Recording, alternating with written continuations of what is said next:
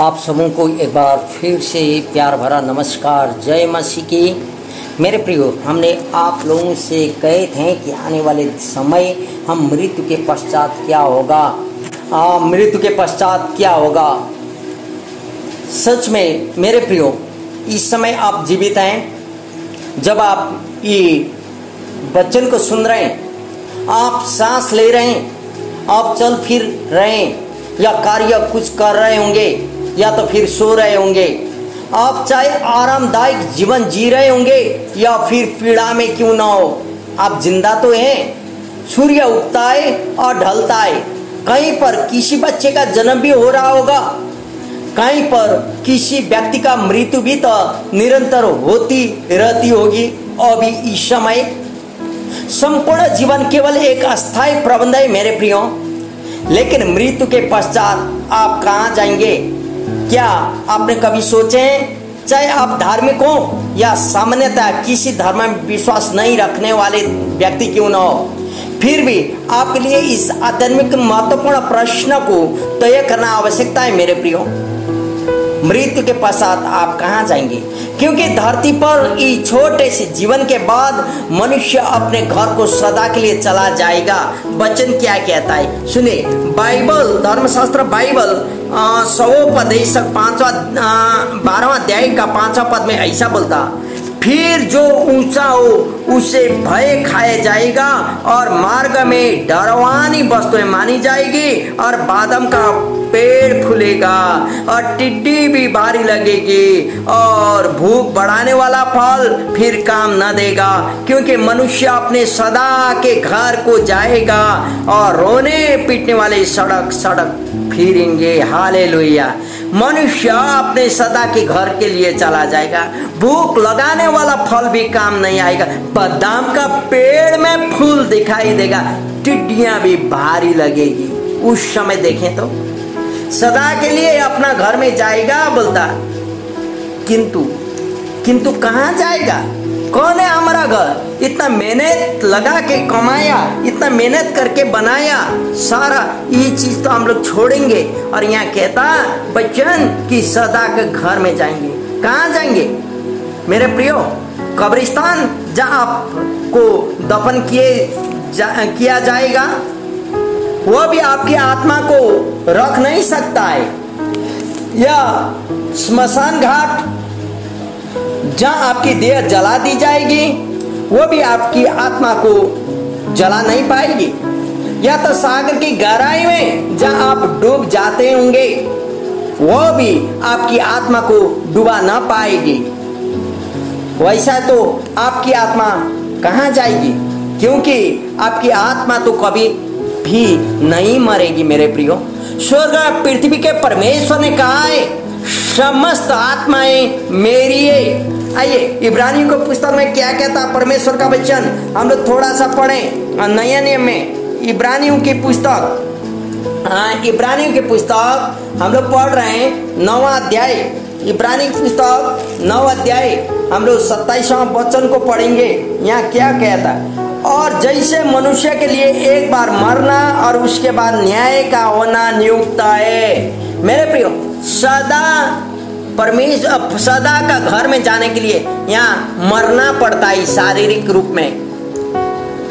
यहाँ के बाद आप अपने आत्मा से किसी स्थान पर अपने कार्य के अनुसार, अच्छा हो या बुरा, जो भी हो, अपने जीवित रहकर इस जीवन में किए आप मिलेंगे वहाँ। इसका मतलब न्याय में खड़ा रहना होगा। मरना जैसे निश्चित है, लोग जन्म लेने के बाद मर जाएंगे, वैसा ही न्याय होना भी आवश्यकता है। हम ईमानदारी से आराधना कर सकते हैं, हम अपने बुरे कार्य के लिए अपनी गलती का अनुभव कर सकते हैं, हम चोरी का माल वापस भी दे सकते हैं। निस्संदेह ये सब आवश्यकता है, लेकिन हम अपने पापों को शुद्ध नहीं कर सकते मेरे प्रियो। हम अपने आप अपना किए हुए पापों को शुद्ध कर नहीं सकते। स्वर्ग का परमेश्वर जो समस्त पृथ्वी के सच्चा न्यायाधीश है, आपके पाप और जीवन को जानते हैं। उनसे कुछ भी गुप्त नहीं है मेरे प्रियो। आप अपने पाप समेत परम सुख और आने वाला संसार की महिमा में कभी भी प्रवेश नहीं कर सकते हैं। यह आपको मालूम है, मृत्यु के पश्चात। लेकिन यह स्वर्गीय परमेश्वर प्रेमी परमेश्वर है। उन्होंने आपके जीवन और आपकी आत्मा के उद्धार के लिए एक मार्ग बनाया है मेरे प्रियो। हालेलुया। वो परमेश्वर जिसने आप और मुझे बनाया है, उसका योजना अच्छा ही है। आप याद करें तो आदम और हव्वा को बनाने के बाद आज्ञा को उल्लंघन करते हुए भी उसने ऐसे नहीं छोड़ा, फिर योजना बनाई, क्योंकि आवश्यकता यह आपको अनंत काल के डंडा और नरक की आग में डाल दिया जाए यह नहीं, लेकिन आवश्यकता यह है कि आपको डंडे से बचाया जाए। इसलिए परमेश्वर ने आपकी आत्मा को बचाने के लिए यीशु प्रभु को इस संसार में भेजा है। क्योंकि यूहन्ना 3:16 कहता है, परमेश्वर ने जगत से ऐसा प्यार किया कि उसने अपना एकलौता पुत्र को दे दिया, जो कोई उस पर विश्वास करे वह नष्ट न हो परंतु अनंत जीवन पावे। बोलता मेरे प्रियो, हम लोग उस यीशु के ऊपर में विश्वास करना होगा। यीशु ने आपके पाप को अपने ऊपर उस वक्त ले लिया जब उसने कलवरी के क्रूस पर दुख उठाया और मर गया। परमेश्वर ने स्वर्ग में जो सबसे अच्छा था आपके पाप के लिए बलिदान के रूप में दे दिया मेरे प्रियो। क्योंकि वचन एशिया की पुस्तक 53 का 5 में यह कहता है, वह हमारे ही अपराधों के कारण घायल किया गया, वह हमारे अधर्म के कामों के हेतु कुचला गया, हमारी ही शांति के लिए उस पर ताड़ना पड़े कि उसके कोड़े खाने से हम लोग चंगे हो गए। हालेलुया। एशिया की पुस्तक यीशु आने से 600 साल आगे ही भविष्यवाणी कर चुकी थी यीशु के बारे में। आप और मेरा अधर्म के लिए उसके ऊपर में कोड़े पड़े, आप और मेरा पाप को धोने के लिए उसने लहू को बहाना पड़ा मेरे प्रियो। क्या आप विश्वास करेंगे कि यीशु आपसे प्रेम करते हैं? हाँ, यदि आप विश्वास करेंगे तो यीशु जरूर आपसे प्रेम करते हैं, चाहे आप विश्वास करें या ना। यीशु या परमेश्वर आप जितने भी लोग आज वचन को सुन रहे हैं, आप सबों से प्यार करते हैं। क्या आप प्रार्थना करेंगे और अपने पापों को उसे बताएंगे? क्या आप पश्चाताप करेंगे और जीवित परमेश्वर के पुत्र यीशु पर विश्वास करेंगे? उस पर पूर्ण समर्पण लाने पर वह आपकी आत्मा को शांति पहुंचाएगा मेरे प्रियो, और मृत्यु के पश्चात आपको महिमा पूर्ण जीवन देगा। उसके बाद ही आप मां आनंद से भरे हुए अनंत घर में आश्वासन और अपनी आत्मा के लिए सुख पा सकते हैं मेरे प्रियो। किंतु पापियों के लिए नरक का डंडा है और अनंत काल तक जलती रहने वाली आग प्रतीक्षा कर रही। मृत्यु के पश्चात न तो लौटने की बात होती है और न ही उद्धार पाने का कोई प्रश्न। तब वह बाईं ओर के लोगों से कहेगा, हे श्रापितो लोगों, मेरे सामने से निकलो और उस अनंत आग में जा पड़ो जो शैतान और उसके दूतों के लिए तैयार की गई है। यदि आप मत्ती का पुस्तक 25 का 41 पढ़ेंगे तो वह आग का जिक्र किया है। दोनों साइड खड़े रहेंगे, अच्छे या बुरे कर्म के लोग जो इस संसार में होते समय किए हैं। फिर मत्ती 25 का 30 में कहता, इस निकम्मे सेवक को बाहर अंधेरे में डाल दो, वहां यह रोएगा और दांत पीसता रहेगा। हालेलुया। मेरे प्रियो, पापी कर्म का फल का बारे में, पापी का दंड का बारे में यह एक्सप्लेन कर रहा है। इसीलिए आप और मुझे केयरफुल होना होगा। आप और मुझे आज ही समय होते समय सोचना होगा, मरने के बाद हम कहाँ जाएंगे। कल हम बता रहे थे ना, जैसे करने वैसे भरने में हम लोग का कर्म क्या है। मरने के बाद किसी को हम लोग निवेदन कर नहीं सकते। वो तड़पते हुए आग में तड़पते समय, क्योंकि परमेश्वर का वचन कल हम बता रहे थे, उसका पवित्र शास्त्र वचन मूसा और अगमवक्ताओं की पुस्तक यहाँ पर मेरे पास है। इसी में विश्वास करना है बोल के वहाँ बोल चुका है। पवित्र बाइबल में सब परमेश्वर संपूर्ण पृथ्वी पर पर्याप्त रूप से होने वाला अंतिम भयानक न्याय के प्रति सावधान करते हैं। इन पवित्र शास्त्रों में यह भविष्यवाणी की जाती है कि बताए गए न्याय के दिन से पहले स्पष्ट एवं पूर्ण घोषित चिन्हों को देखेंगे बोल के यहाँ बताता है मेरे प्रियो। उनके आने से पहले यहाँ क्या बोलता है? चिन्ह के रूप में आने के पहले युद्ध और युद्ध की चर्चाएं, पीड़ा और राष्ट्र में घबराहट होगी। एक राष्ट्र दूसरे राष्ट्र से लड़ेगा और कोई भी अपने बीच के मतभेद को दूर करने के लिए मार्ग निकाल नहीं पाएगा बोलता।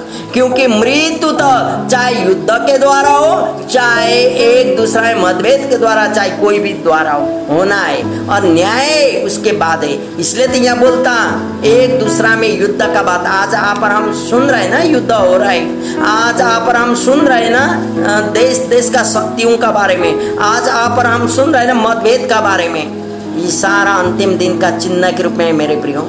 मत्ती के पुस्तक 24वां अध्याय 6 पद यदि हम पढ़ेंगे, सुसमाचार मत्ती की पुस्तक यदि हम 24वां अध्याय का 6 पद में पढ़ेंगे तो वहाँ ऐसा लिखता है। 24 का 6 हम पढ़ के सुना रहे हैं। यहाँ ऐसा लिखा है, तुम लड़ाइयों और लड़ाइयों की चर्चा सुनोगे तो घबरा न जाना, क्योंकि इनका होना आवश्यक है, परंतु उस समय अंत न होगा बोलता मेरे प्रियो। फिर 6वां पद यहाँ बोलता, तुम लड़ाइयाँ और लड़ाइयों के साथ बोलता, क्योंकि जाति पर जाति और राज्य पर राज्य चढ़ाई करेगा और जगह जगह अकाल पड़ेगी और भूकंप होंगे बोलता, जो अभी यहाँ पर हम देख रहे हैं। फिर इसी का 12 पद बोलता, और धर्म के बढ़ने से बहुत का प्रेम ठंडा पड़ जाएगा बोलता मेरे प्रिय। अभी धर्म में चाहे कोई भी धर्म मानने वाले लोग क्यों ना हो, एकदम कम लोग हैं। जवान लोगों का हम लोग धर्म के बारे में चर्चा किया हुआ उतना नहीं पाते हैं, क्योंकि धर्म का बात, न्याय की बात तो अभी भुतला जाते हैं। क्योंकि यहाँ बोलता ठंडा पड़ जाएगी बोलता। इसलिए याद रखें कि हमारे निष्पक्ष और महान न्यायाधीश हमारे वर्तमान धन या निर्णयता आप पर मेरा यश या अपयश, रंग, वंश, जाति या धर्म से प्रभावित नहीं होंगे मेरे प्रियो। किसी न किसी दिन हम अपने महान सृष्टिकर्ता और प्रभु के समक्ष खड़े होना होगा और प्रभु हमारे कर्मों के अनुसार हमारा न्याय अवश्य करेंगे मेरे प्रियो। मत्ती की पुस्तक 25 अध्याय का 32 और 33 पद यदि आप पर हम पढ़ेंगे तो वो जानेंगे। 25 का 32 और 33, और सब जातियां उसके सामने इकट्ठा की जाएगी, और जैसे चरवाहा भेड़ों को बकरियों से अलग कर देता है वैसे ही वह उन्हें एक दूसरे से अलग करेगा। हालेलुया मेरे प्रियो। यहाँ धर्मी और पापियों को अलग करेगा बोलता। ये आप पर मेरा फिजिकल शारीरिक शारीर बनावट का शरीर में नहीं, अदृश्य शरीर में, आत्मा में हम लोग दूसरा आत्मिक शरीर लेके परमेश्वर का न्याय में खड़े होंगे। यहाँ बोलता चाहे हर एक जातियों का लोगों को बोलता, हर एक धर्म मानने वाले लोग, हर एक लोग मान परमात्मा परमेश्वर न्यायकर्ता के सामने खड़ा होना होगा। वह भेड़ों को अपने दाहिनी ओर और बकरियों को बाईं ओर खड़ा करेगा बोलता मेरे प्रिय। क्यों भेड़ और बकरियों को बोलता? भेड़ बहुत सीधा होता है, लेकिन बकरी चुप चुप चुप चोरी करने वाला होता है। और यहाँ बोलता दाईं वाले को बोलता शाबाश, बाईं ओर को बोलता नरक में ठेल देता, जहाँ गंदा करा आग नहीं बुझता है मेरे प्रियो। इसलिए हमारा न्याय होना बहुत जरूरी है। न्याय जैसे जन्म के बाद मृत्यु आवश्यकता है, वैसे ही मृत्यु के बाद न्याय होना भी आवश्यकता है। इसलिए तो आपको हम बता रहे थे मृत्यु के पश्चात क्या होगा, न्याय होगा। कभी भी खत्म ना होने वाला अनंत काल जो आने वाला है, वहाँ न तो कोई घड़ी होती, न तो कोई वार्षिक कैलेंडर, और न ही सदियों की गणना की जाएगी मेरे प्रियो।